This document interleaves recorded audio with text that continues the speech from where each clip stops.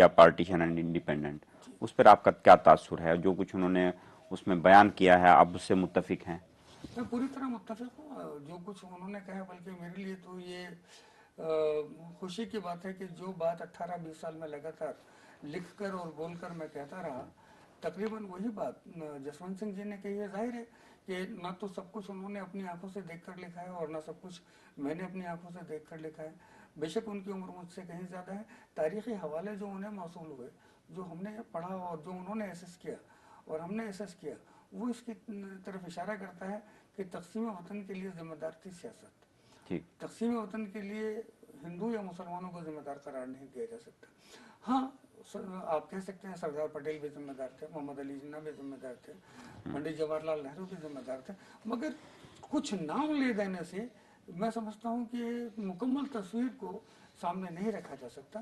یہ کہا جا سکتا ہے کہ اس وقت کی سیاست اور اس وقت کے سیاسی حالات بٹوارے کی وجہ تھے، اکیلے جناح اس کے اندر مورد الزام نہیں ٹھہرائے جانے چاہیے۔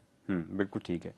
ابھی آپ نے تذکرہ کیا انڈین مجاہدین کا، یہ جو ممبئی کا سانحہ ہوا تھا اس کے بعد کس قسم کی مشکلات پیش آئیں وہاں مسلمان نوجوانوں کو؟ جیسا کہ میں نے کہا کہ 9/11 کے بعد امریکہ نے اسلام اور مسلمانوں کے خلاف جو پروپیگنڈا کیا، اس کا بہت حد تک اثر ہندوستان میں بھی دیکھا گیا۔ مجھے نہیں لگتا کہ انڈین مجاہدین نام کی واقعی کوئی تنظیم ہے جو دہشت گردی پھیلا رہی ہے، اس لیے کہ جب آپ ٹیررسٹ آرگنائزیشنز کے بارے میں نیٹ پر جا کر سرفنگ کرتے ہیں تو آپ کو بہت سارے اس طرح کی ٹیررسٹ آرگنائزیشن کے بارے میں جانکاری حاصل ہوتی ہے، انڈین مجاہدین کے بارے میں جانکاری حاصل نہیں ہوتی۔ اور جتنے بڑے بم دھماکے اور ٹیررزم کی ایکٹیویٹیز انڈین مجاہدین کے ساتھ جوڑی گئی، ایک ایسی تنظیم جس کا وجود بہت پہلے سے نہیں تھا اور جس کے بارے میں کہیں بات نہیں ہو رہی تھی، اس کا اتنا بڑا نیٹ ورک اور اتنے منظم انداز میں اتنے دہشت گردانہ حملے اس کے ساتھ جوڑے جائیں، تو یہ تشویش کی بات ہے کہ آخر وہ آرگنائزیشن کون سی ہے، کہاں سے ہے۔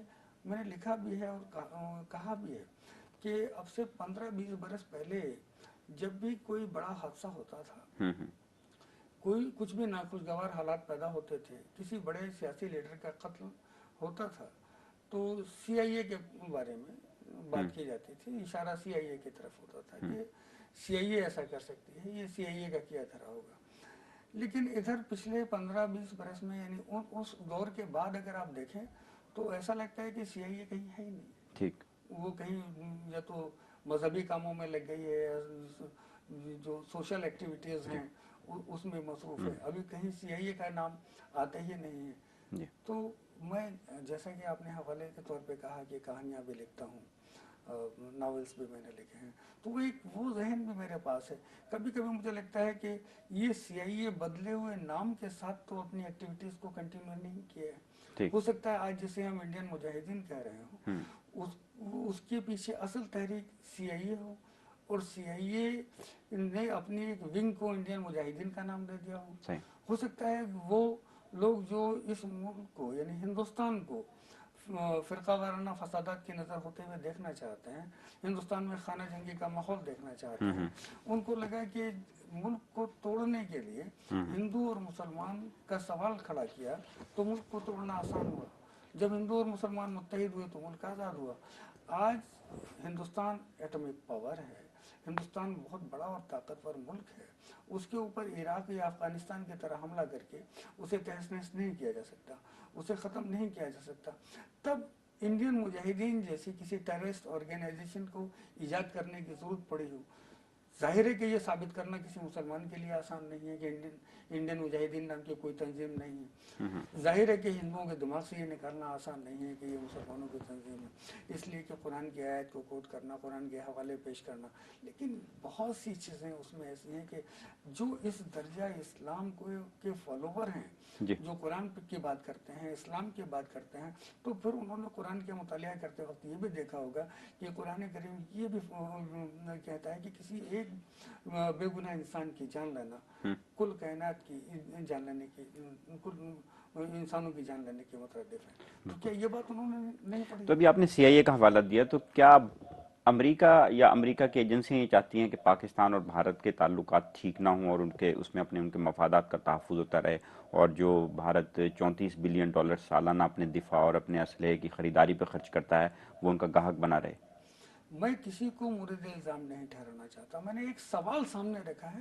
آج پوری دنیا کو اس پر غور کرنے کی ضرورت ہے، اس پر آپ کو غور کرنے کی ضرورت ہے، مجھے غور کرنے کی ضرورت ہے، دیگر ممالک کو، میرے ملک کی خفیہ تنظیموں کو غور کرنے کی ضرورت ہے۔ جب حیدرآباد میں مکہ مسجد میں بم دھماکے ہوئے تو اس وقت میں نے لکھا تھا کہ صرف آئی ایس آئی اور حزب المجاہدین ہی کیوں، سی آئی اے کیوں نہیں، صحیح، موساد کیوں نہیں؟